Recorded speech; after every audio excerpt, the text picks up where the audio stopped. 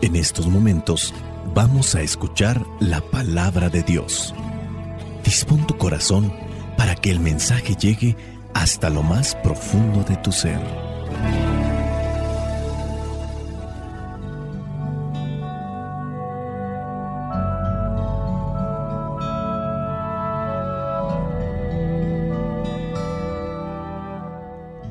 Vamos a tratar de reflexionar las lecturas correspondientes a este domingo número 12 del tiempo ordinario. Estamos en el ciclo B. La primera lectura es del libro de Job, capítulo 38, versículos 1 y versículos del 8 al 11. Dice así: Entonces el Señor le habló a Job de en medio de la tempestad. Cuando el mar brotó del seno de la tierra, ¿quién le puso compuertas para contenerlo? Yo le di una nube por vestido y la niebla por pañales. Yo le puse un límite al mar y cerré con llaves sus compuertas. Y le dije: llegarás hasta aquí, y de aquí no pasarás. Aquí se romperán tus olas arrogantes. Palabra de Dios. Te alabamos, Señor. Esta primera lectura nos habla del poder de Dios, cómo Él tiene poder, solamente Él tiene poder para controlar la naturaleza.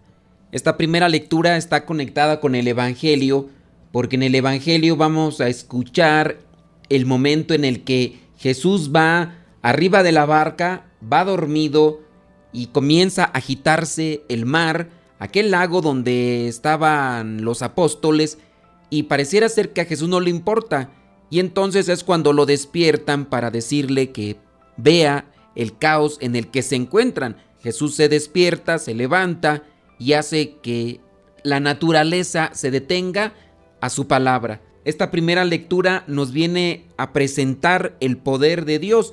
Por eso desde el versículo 8 remarca: ¿quién le puso compuertas para contenerlo? Hablando del mar. Yo le di una nube por vestido y la niebla por pañales.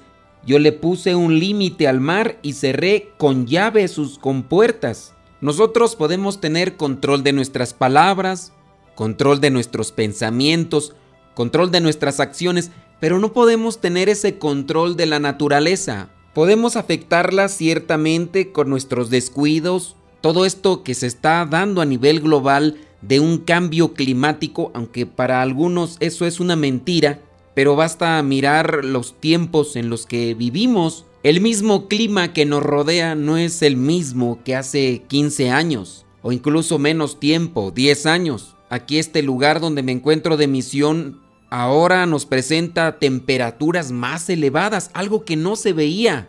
En otros lugares las sequías prácticamente han azotado las ciudades, llevándolas a situaciones límite. Y en otros lugares las lluvias están prácticamente haciendo también un desastre. Nosotros con nuestros descuidos vamos deformando la naturaleza, pero no tenemos control de ella, solamente Dios. A nosotros nos corresponderá cuidar todo aquello que está a nuestro alcance para tener una estabilidad de la naturaleza. No hay que ser descuidados en ese sentido, porque puede ser que en un futuro la humanidad no solamente adolezca de la violencia que se incrementa al por mayor, sino también de este desastre climatológico que cada día se manifiesta y se hace evidente en todas partes del mundo. Pasemos ahora a lo que es la segunda lectura, que corresponde a la segunda carta a los Corintios, capítulo 5, versículos del 14 al 17. Dice así: el amor de Cristo se ha apoderado de nosotros desde que comprendimos que uno murió por todos, y que por consiguiente todos han muerto, y Cristo murió por todos, para que los que viven ya no vivan para sí mismos, sino para Él, que murió y resucitó por ellos. Por eso, nosotros ya no pensamos de nadie según los criterios de este mundo, y aunque antes pensábamos de Cristo según tales criterios, ahora ya no pensamos así de Él. Por lo tanto, el que está unido a Cristo es una nueva persona. Las cosas viejas pasaron y se convirtieron en algo nuevo. Palabra de Dios. Te alabamos, Señor. En ocasiones hay ciertas lecturas que no tienen una claridad de mensaje, como en este caso la lectura que se nos presenta. No es algo que tenga un inicio y tenga un final. Podemos entrever algunas líneas y de ellas sacar alguna interpretación que nos ayude. Podríamos tomar solamente entonces el versículo 17 que hace una síntesis de toda la lectura que se nos presenta para este domingo. Dice: el que está unido a Cristo es nueva persona. Las cosas viejas pasaron, se convirtieron en algo nuevo. En la medida que nosotros aceptamos a Dios en nuestras vidas, tenemos que vivir proyectados hacia algo, desenfocado de nuestro pasado, desenfocado de lo que hicimos en el pasado, que muchas veces nos puede estar atando, incluso hasta esclavizando. El versículo 14 dice: el amor de Cristo se ha apoderado de nosotros desde que comprendimos que uno murió por todos. Hablando de esta cuestión trascendental, somos conscientes de que nuestros actos tienen consecuencias, pero hablando de lo que sucede después de esta vida, después de este mundo, sabemos que si nosotros dejamos entrar a Dios a nuestras vidas, nuestro pasado tormentoso y si quieres tú hasta lleno de pecado, ya no determina lo que vendría a ser nuestra vida después de la muerte, porque con Cristo cambia. Y esto es lo relevante y por lo que debemos de estar felices nosotros. Cuando aceptamos a Cristo en nuestras vidas, no solamente debe ser un concepto o una idea como algo meramente mental, tiene que ser un cambio en nuestro pensamiento, en nuestra manera de hablar, en nuestra manera de vivir. Es muy sencillo decir: acepté a Cristo en mi vida. Lo complicado es hacerlo vida. Lo complicado es esforzarnos en mantenernos en esa línea de credibilidad para otras personas. Que lo que decimos de aceptar a Cristo en nuestra vida, que nos ha cambiado, que se manifieste en palabras y en obras. El cristianismo no debe ser como esas ideologías que ahora sobreabundan. Hablando, por ejemplo, de la ideología de género. Algunos hombres dicen que ya son mujeres. Algunas mujeres dicen que ya son hombres. Y en muchos de los casos, si no les dices lo que ellos dicen ser, viene una molestia. Esa es una ideología. No podemos decir: soy ser humano, pero ya no soy ser humano, soy un árbol. En el caso de estas personas, aquellos que genéticamente son hombres no pueden decir, aunque se operen, aunque se quiten algunas partes de su cuerpo y se agreguen otras exteriormente, no por eso vienen a tener un cambio desde la raíz. Esa es una ideología. Lamentablemente a veces esto también dentro del cristianismo viene a quedar solamente en una ideología. Hablando solamente de México, donde una mayoría se dicen católicos. Todavía podemos hablar de más del 70% que se dicen católicos. O en este caso me incluyo yo. Se dice que hay más de 120 millones de personas en México, mexicanos, y más del 70% se dicen cristianos católicos, pero a eso muchas de las veces pareciera ser que queda solo en una ideología, no se hace una realidad. Y no es que tengamos que cambiar en apariencia, tendríamos que cambiar en nuestra manera de vivir, en nuestra manera de actuar, de hablar.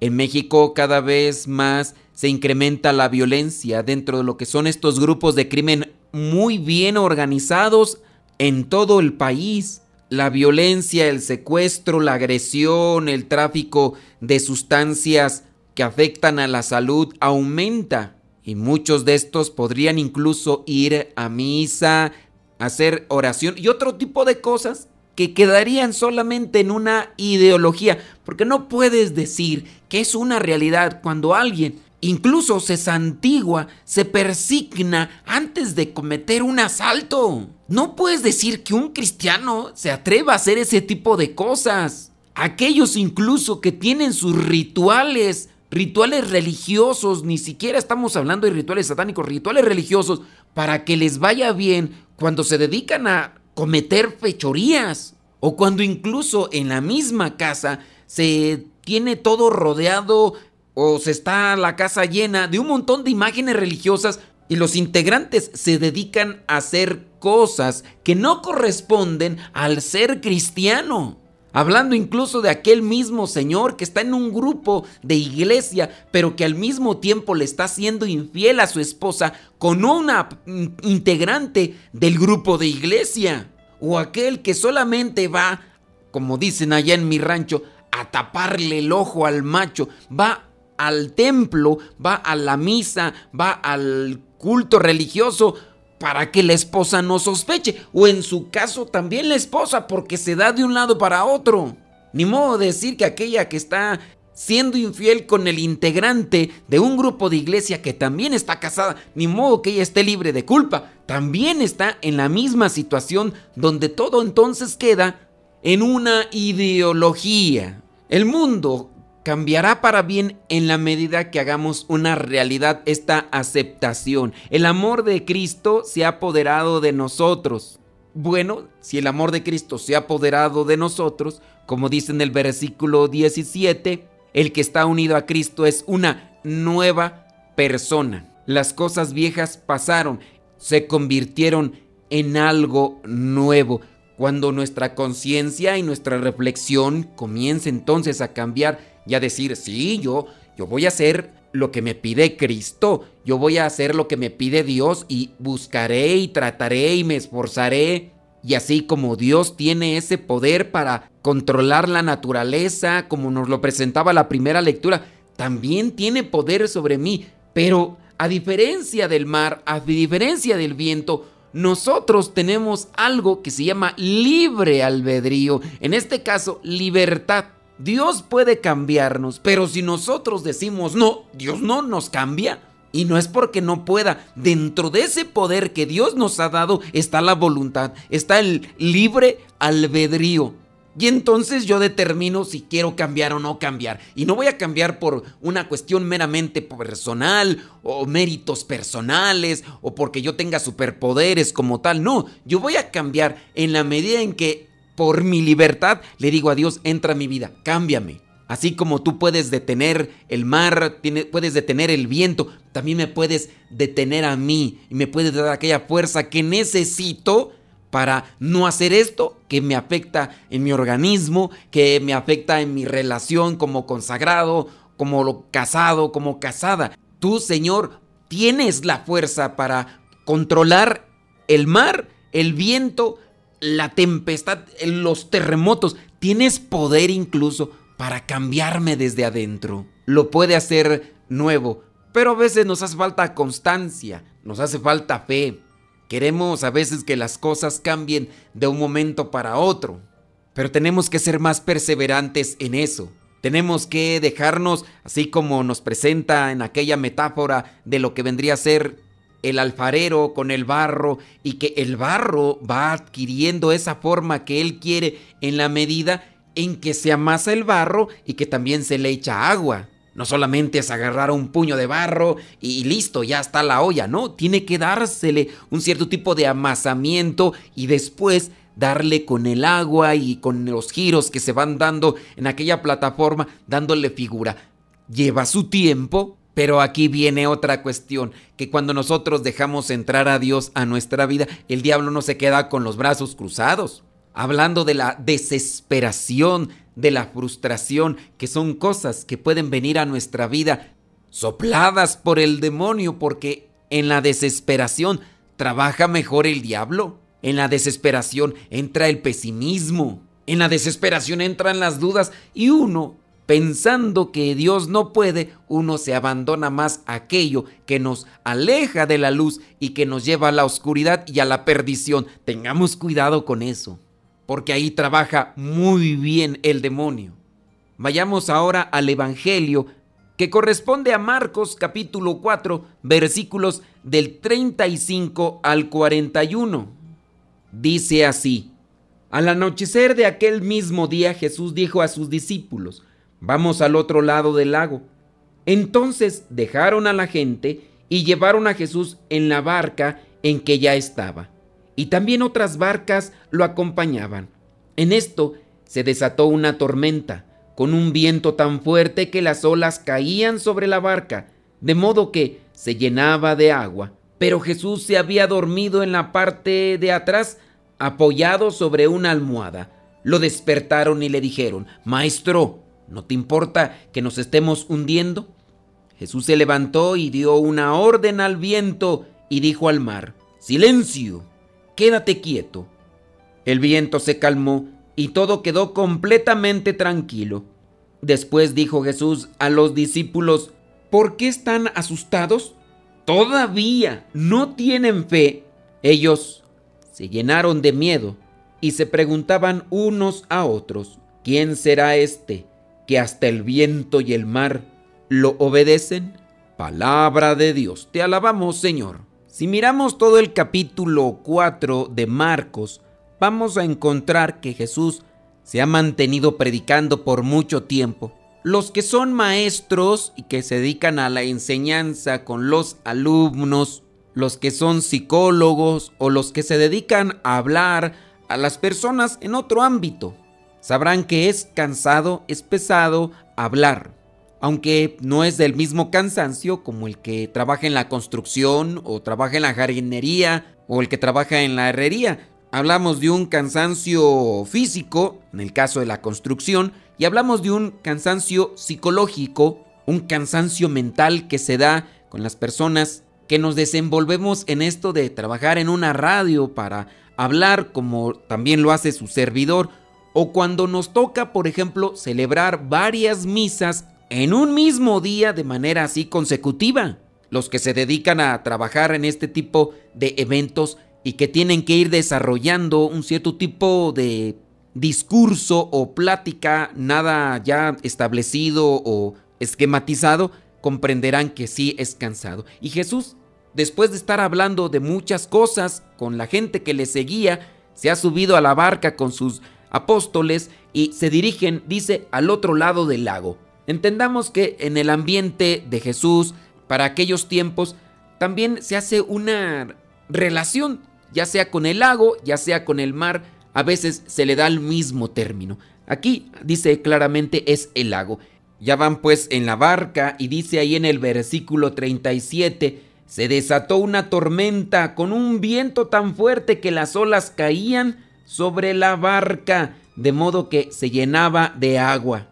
Algunos han señalado que ante esta situación Jesús se hacía el dormido, pero creo que también nosotros sabemos de ese cansancio físico o incluso mental, donde el cuerpo ya necesita por encima de todo un descanso, y a pesar de que se esté haciendo lo que se esté haciendo a nuestro alrededor, simplemente no logramos despertarnos. Podríamos decir que aquí es la misma circunstancia. Dice en el versículo 38, pero Jesús se había dormido en la parte de atrás, apoyado sobre una almohada. O sea, iba cómodo. Estaba en un lugar idóneo para poder descansar.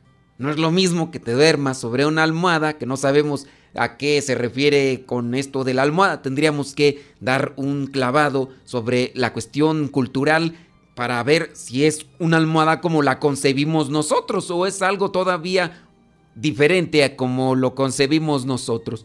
Y ahí va Jesús bien dormido, se mete el agua. Quizá a lo mejor esa agua no le llega hasta donde está Jesús. Y a veces, aunque llegue el agua, si nuestro cansancio es extremo, simplemente no nos damos cuenta. Y a lo mejor esta circunstancia del agua da pie para comenzar a soñar algo, como a veces sucede cuando estamos también bien cansados y relacionamos los ruidos o las cosas del exterior con los sueños. Entonces dice que lo despertaron, le dijeron, le reprocharon que si no le importaba que se estuvieran hundiendo. La desesperación es mal consejera. En la desesperación trabaja mejor el demonio. ¿No te importa que nos estemos hundiendo? Jesús se levantó y dio una orden al viento y dijo al mar: silencio, quédate quieto. Ya lo habíamos visto en la primera lectura, cómo solamente Dios tiene poder para controlar la naturaleza. Y esa viene a ser una prueba de que Jesús es el Hijo de Dios. El viento se calmó y todo quedó completamente tranquilo. Pero no todo, porque ahí estaban los apóstoles todavía con su intranquilidad, Por eso en el versículo 40 Jesús les dice: ¿por qué están asustados? ¿Todavía no tienen fe? ¿Qué necesitamos entonces para tener tranquilidad ante esos problemas que nos azotan, que nos preocupan, que nos angustian todos los días? Problemas de enfermedad, problemas familiares, problemas económicos, problemas sociales. Necesitamos fe. En la fe uno podrá adquirir esa tranquilidad para poder pensar, para poder hablar, para poder actuar conforme a aquello que necesitamos para solucionar o para encontrar una solución. ¿No tienen fe? Hay que aumentar nuestra fe. ¿Qué es lo que te angustia ahorita?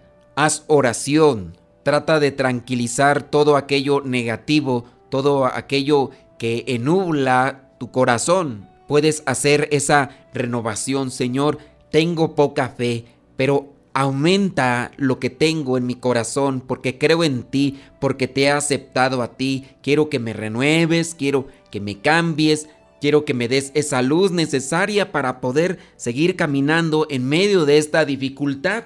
Tienes un problema quizá con tu esposo, con tu esposa, con tus hijos. Quieres que cambien, les dices tantas cosas y simplemente te ignoran. No dejes pues que la angustia, la desesperación, el miedo dominen tu vida. En el versículo 41 dice: ellos se llenaron de miedo y se preguntaban unos a otros: ¿quién será este que hasta el viento y el mar lo obedecen? Aquí podemos cambiar la expresión: ¿quién serán estos que obedecen a las palabras del Señor? Ante la situación difícil de la vida, en sus diferentes circunstancias, nosotros hemos visto cómo caminan cierto tipo de personas. Algunas de ellas caminan con esperanza, con fe, con paciencia. Otras caminan con desesperación, con intranquilidad, con miedo, con zozobra, con angustia. Y puede ser que sean los mismos problemas, o incluso puede ser que aquellos que caminan con esperanza tengan más problemas que aquellos que no alimentan su fe, porque también el miedo nos hace ver más grandes los problemas. La angustia nos hace exagerar los problemas. La desesperación nos hace pensar que no hay solución. Y puede ser que nuestros problemas en realidad no sean tan grandes, pero así nos lo hace ver el miedo. Busquemos pues dejar actuar a Dios en nuestras vidas. Solo nosotros, en nuestra libertad y en nuestra voluntad, podemos dejar que Dios calme la tempestad de nuestros problemas, de nuestras angustias, de nuestros miedos. Dejémosle subir a nuestra vida. Ahí Jesús se subió a la barca. Dejémosle nosotros subir a Jesús a nuestras vidas para que nos venga a dar esa paz, esa serenidad, esa tranquilidad que necesitamos para seguir caminando, para seguir luchando, para seguir buscando cumplir con su voluntad.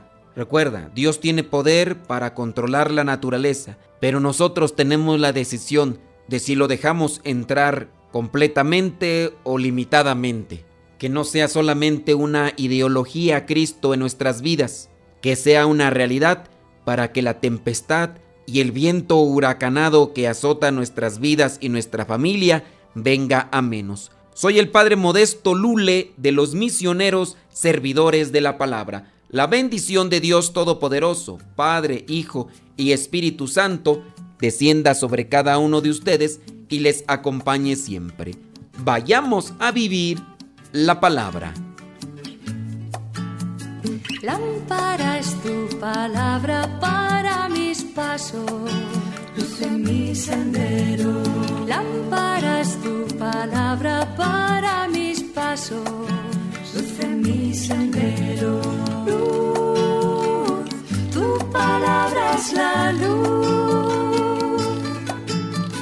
Luz, tu palabra es la luz. Yo guardaré tus justos mandamientos,